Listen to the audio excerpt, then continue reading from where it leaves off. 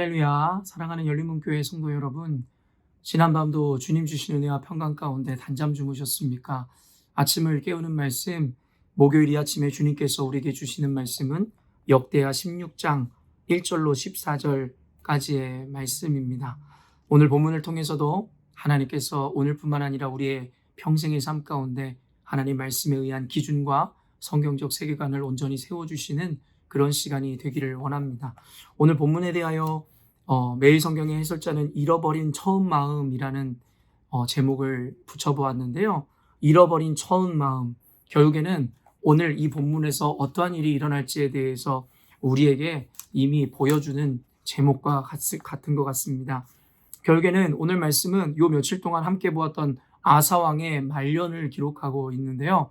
아사왕은 이례적으로 참 많은 지면을 쓰면서까지 그의 공적과 그의 의로움, 또한 종교개혁을 단행했었던 그 단호함, 또한 가족의 어떤 우상숭배마저도 관용하지 않았었던 그의 얼마나 하나님 말씀 앞에서의 절대성과 단호함을 가졌는지를 보여주었던 왕인데요.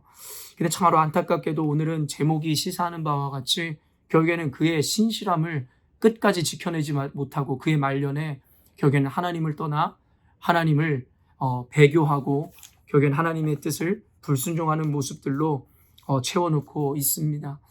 늘 강조하지만 신앙생활에 있어서 처음보다 중요한 것이 바로 마무리인 것 같습니다. 어쩌면 그렇기 때문에 우리의 신앙은 늘 하나님 앞에 최선을 다하고 늘 신실함과 성실함으로 신앙생활을 해야 된다는 그 말이 합당하게 여겨지는 것 같은데요. 왜냐하면 아무리 지난날에 우리가 신앙생활을 열심히 하였고 온전히 하였다 할지라도 지금 오늘의 이 순간 그리고 내일 우리의 모습이 하나님의 말씀 앞에 무너져 버리고 하나님을 배신한 자의 삶을 살게 된다면 지난날의 공적 따위는 아무것도 아니게 될 수 있기 때문입니다.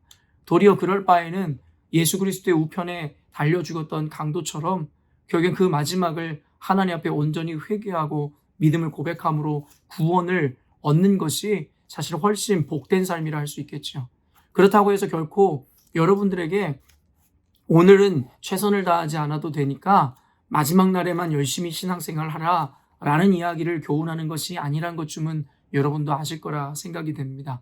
지금까지 열심히 신앙생활 해왔고 진심으로 하나님 말씀 앞에 순종했던 여러분들에게 그 믿음을 끝까지 지켜내라 여러분에게 당부하고 촉구하며 또한 용기를 드리기 위한 말씀이라 저는 생각합니다. 그러므로 오늘 말씀을 통해서 잃어버린 처음 마음이라는 제목이 시사하듯이 여러분 혹시 지금까지 하나님 말씀 앞에 또한 하나님께서 이루시고자 하는 종교의 개혁 앞에 열심으로 몸담아 하나님 말씀을 지켜왔다면 이제 끝까지 하나님의 말씀을 붙잡아 내심으로 중간에 배교하고 배도하지 말며 하나님의 말씀 앞에 끝까지 온전한 신앙을 지키는 여러분 되셨으면 좋겠습니다.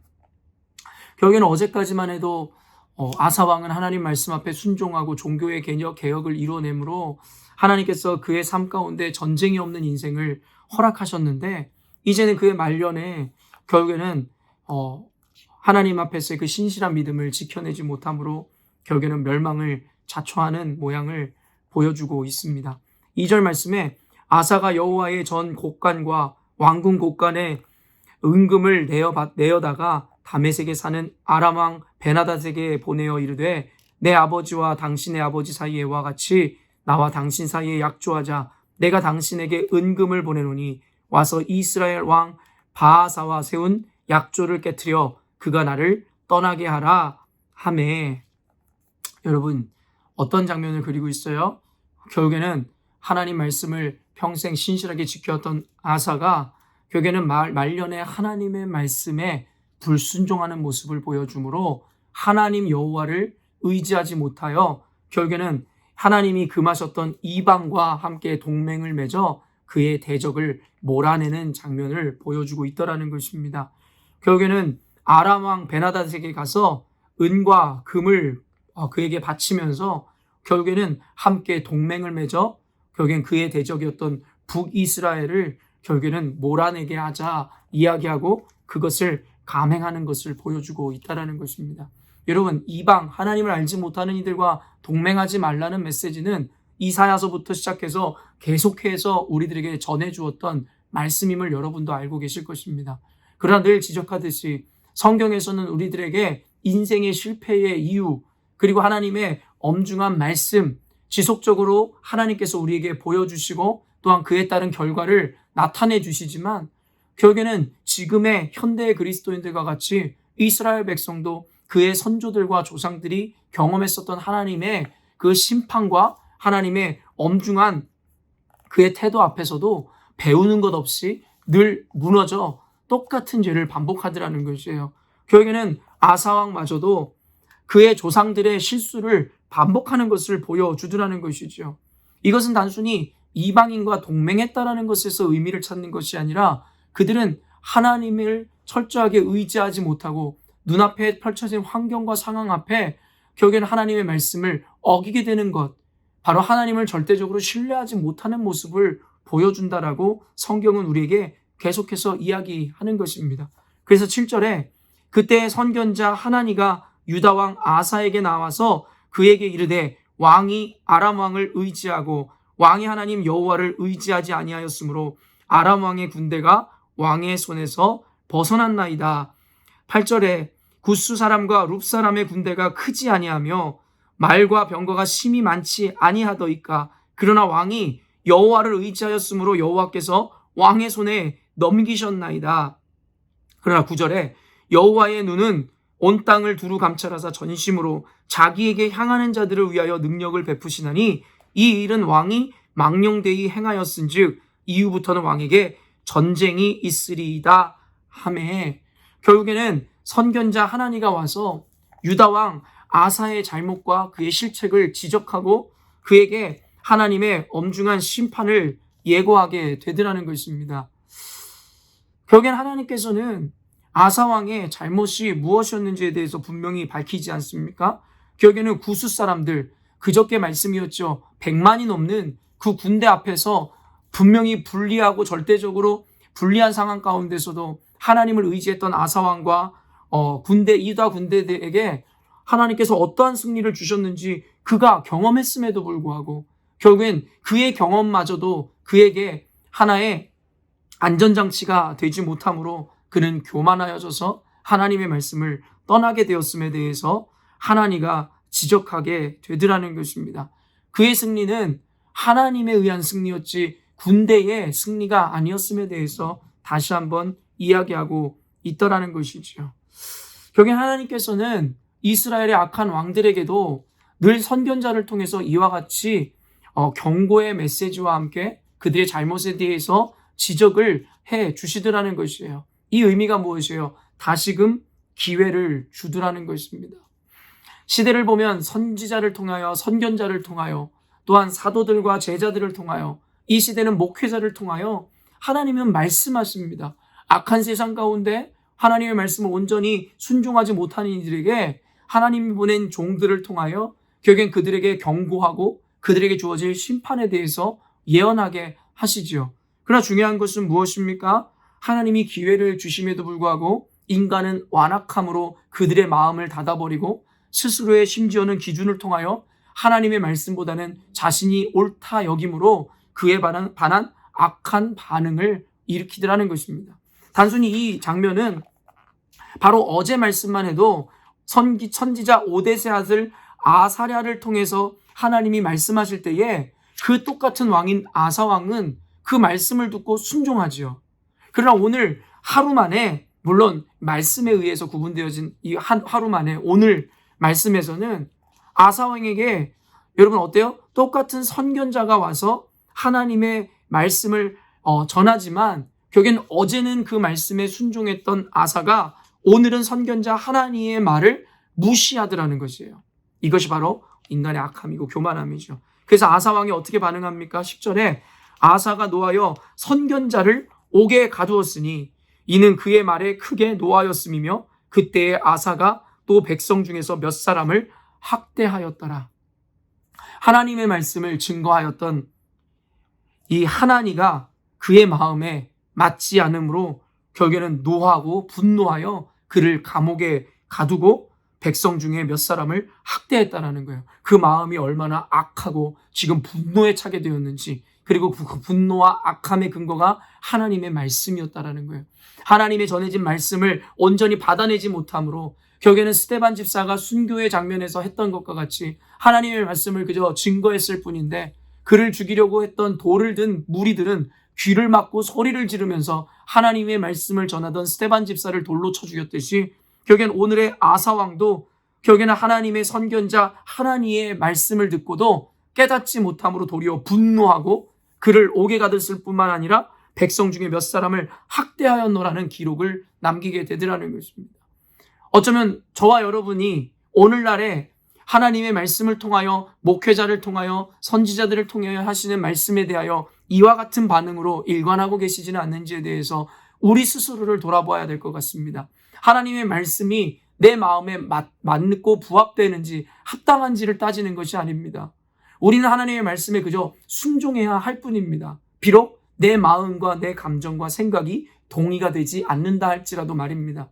만약에 내 삶이 내 감정과 내 합리가 기준이 된다면 이것은 바로 의인은 없고 인간은 죄인이라는 그 죄인됨에 대해서 거부하고 인정하지 않는 것과 똑같다는 것입니다. 의인은 없나니 하나도 없으며 지혜자가 없다라고 성경은 이야기함에도 불구하고 그저 자신의 감정과 생각이 기준이 되어 하나님의 말씀이 자신의 마음에 합당하면 받아들이고, 그렇지 않는다면 분노로 대적을 하는 현대의 많은 악한 교인들과 무리들을 보며 아사왕의 이 범죄함과 그의 이 연약함을 그대로 보게 되더라는 것입니다. 하나님께서는 오늘 저를 통한 말씀을 통하여 여러분에게 기회를 주고 있는지 모르겠습니다. 그러나 이 말씀이 또 여러분의 마음에 분노를 촉발한다면 여러분에게 어떠한 결과가 주어지는지 오늘 아사의 말년을 통하여 또한 이렇게 이야기하고 있습니다. 12절에 아사가 왕이 된 지 39년에 그의 발이 병들어 매우 위독했으나 병이 있을 때에 그가 여호와께 구하지 아니하고 의원들에게 구하였더라. 여러분 어때요? 그러나 아사 왕은 말년에 그가 죽을 병에 걸렸음에도 끝까지 그는 여호와를 구하지 않고 의원들을 구하는 모습을 보이더라는 것이죠. 무슨 말이에요? 선지자를 통하였던 그 가운데 기회를 주었지만 이 아사 왕은 끝까지 회개하지 않고 결국에는 하나님이 아닌 세상을 붙들다 죽게 되더라는 것입니다. 사랑하는 성도 여러분, 오늘 일평생을 신실하게 살다 말년에 하나님 앞에 배교하고 배도했던, 그리고 세상을 의지했었던 아사왕의 모습을 보며 여러분은 무엇을 깨닫습니까? 아사왕에게 선견자를 보내주었고 그의 말년에 병이 들게 하심으로 그때에도 어쩌면 그에게 내려진 이 재앙을 통해서 돌이키라 하나님께서 기회를 주셨는지도 모르겠습니다. 그러나 하나님의 의도와 하나님의 마음과는 무관하게 결국 아사왕은 끝까지 회개하지 않고 그 마음을 닫아 인간을 의지하고 자신의 의로움을 의지함으로 결국에는 하나님이 기뻐하시지 않는 삶의 마무리로 죽음을 맞이하게 되더라는 것입니다. 오늘 말씀을 통해서 사랑하는 열린문교회 성도 여러분, 우리들에게 하나님께서 말씀하십니다. 잃어버린 처음 마음 다시 회복하라는 것입니다. 아사왕이 하나님 앞에 일평생을 신실하게 살았듯이 우리 인생 가운데 하나님을 만났었던 그 순수했던 열정과 순수했던 믿음의 고백들, 하나님 앞에서 온전히 하나님 앞에 헌신되었던 우리들의 어떤 순간이 있었다면 그때의 모습을 회복하라는 것입니다. 오늘 하루를 살아가며 세상의 풍파와 또 세상의 악함 가운데 우리가 얼마나 많이 영향을 받고 물이 들어 결국엔 얼마나 많이 변질되었고 그리고 처음 마음을 잃어버린 삶을 살고 있는지에 대해서 겸손하게 자신을 돌아보는 시간이 되었으면 좋겠습니다. 말씀이 너무나 명확하고 단순합니다. 어려운 것을 가르치고 있지 않더라는 것이에요. 하나님의 말씀을 통해서 하나님께서 우리에게 깨우치라 기회를 주시지만 오늘도 그 하나님의 말씀을 자신의 감정 따위와 결국엔 자신의 기준으로 말미암아 여러분 토해버리고 내쳐버리고 계시지는 않으신지요? 하나님의 기회는 누구에게나 언제든지 열려있지만 결국에는 그 문이 닫힌 이후에는 결코 세컨 찬스가, 두 번째 기회가 주어지지 않는다라는 것은 당연한 성경적인 여러분 세계관에서의 개념입니다.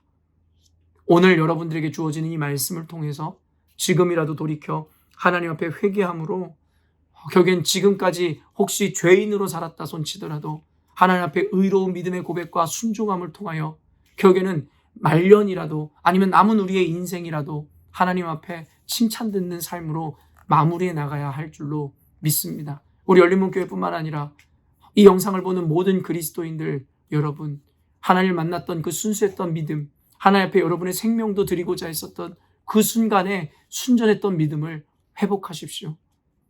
하나님께서는 오늘도 여러분들에게 말씀을 통하여 간절하게 주님 앞에 돌아와 회복할 것에 대해서 구하고 있음을, 이런 말씀을 통해 귀 있는 자는 들으시고 회개에 합당한 열매를 맺으시는 여러분 되셨으면 좋겠습니다. 함께 기도하겠습니다.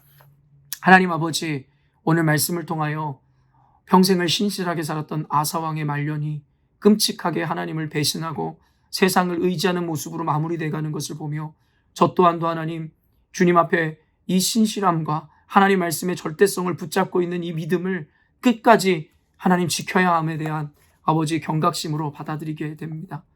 사도 바울의 말씀처럼 선줄로 생각한 자 넘어질까 두려워하라. 결국엔 남들에게 복음을 전한 후에 도리어 내가 구원을 받지 못할까 두려워함이라.